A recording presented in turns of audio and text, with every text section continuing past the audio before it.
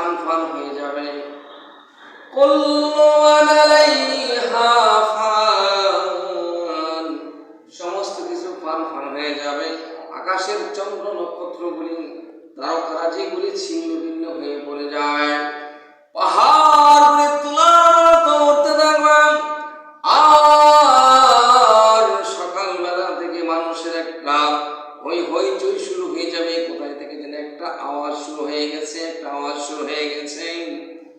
আর সাগরের পানিগুলি উতলাইতে থাকিবে। আটলান্টিক সাগর, মহাভারত সাগর, বঙ্গোপসাগর, এইভাবে লোহিত সাগর, ওই সাগরের পানিগুলি উতলাইতে থাকবে। ইসরাফিল আলাইহিস সালাম ফুয়ের কারণে ওই পৃথিবীটা প্লাবিত হয়ে থাকবে, এই পৃথিবীটা কম্পিত হতে থাকবে। এই সম্পর্কে পবিত্র কোরআনুল কারিমে আল্লাহ পাক বলেন, ইজাতুল জিলাতিল আরদু জিলজালাম, যখন পৃথিবী কম্পনে প্রকম্পিত হইতে থাকবে। আখরাজাতিল আরদু আসকালাহা, এবং পৃথিবী যখন তার ভার বের করে দিবেন, অর্থাৎ দ্বিতীয় সিংহা ফু দিলে আপনার মানুষ মাটি থেকে বেরিয়ে আসবেন। সুবহানাল্লাহ। অর্থাৎ 40 বছর পর্যন্ত পৃথিবীটা প্লাবিত থাকবে। অথবা দ্বিতীয়বার সিংহা ফু দিলে মানুষ কবর থেকে উঠতে থাকবে। সুবহানাল্লাহ। ওয়াকালাল ইনসানু মা লাহা, আর মানুষ বলবে এ কি হলো।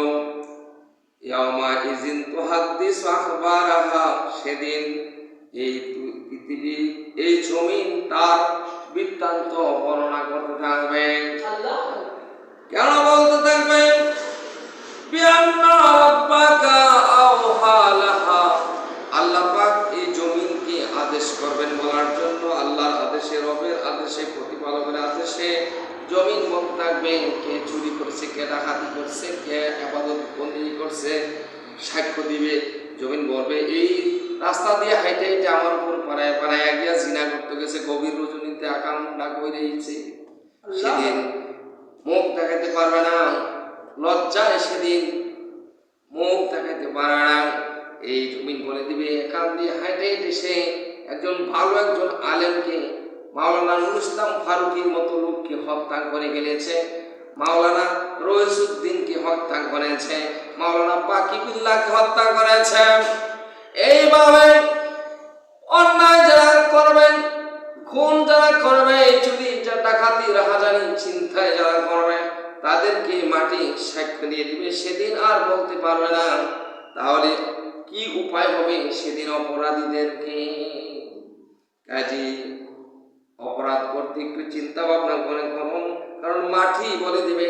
আর যারা নেক আমল করছে, যারা মসজিদে এসে 5 ওয়াক্ত নামাজ পড়ছে, এই মাটি বলে দিবে আল্লাহ গো, এই মাটির মধ্যে তোমাকে শ্রদ্ধা করেছে বিশ্বাস করিয়া, তোমার মসজিদে এসে তারা নামাজ পড়ছে, এই রাস্তা দিয়ে হেঁটে হেঁটে ওই নেত্রকোনা রেজবিয়া দরবার শরীফের উরুস মোবারকে গেছে, গাউসে পাকের স্মরণে 2 দিন ব্যাপী উরুস মোবারকের মাহফিলে গেছে, সাক্ষ্য দিবে।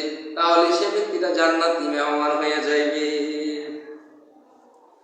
ইয়াউমা ইযিন ইয়াসদুরুন নাসু, সেদিন মানুষ ভিন্ন ভিন্ন দলে দলে বিভক্ত হয়ে যাবে।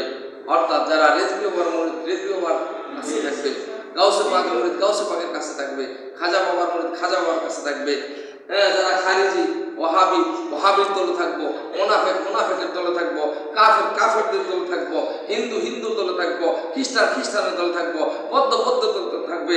যে যে দলে দলে ভিন্ন ভিন্ন দলে মানুষ অবস্থান করবে। লিইউরাও আমালাহুম, এবং তাদের কৃতকর্ম সেদিন দেখানো হবে, মিজান দণ্ড দিয়ে, ওজন দিয়ে দেখানো হবে, নেকি যদি ওজন করা হবে। ফামাইয়ামাল মিসকালা যাররাতিন খায়রান ইয়ারা, মিসকালা যাররাতিন শাররান ইয়ারা, অনুপরিমাণ যারা গুনাহ করছে তাও দেখানো হবে। সেদিন বাঁচতে পারবে না। বিন্দু পরিমাণ নেকের পাল্লা কম হইলে সে জাহান্নামী হয়ে যাবে।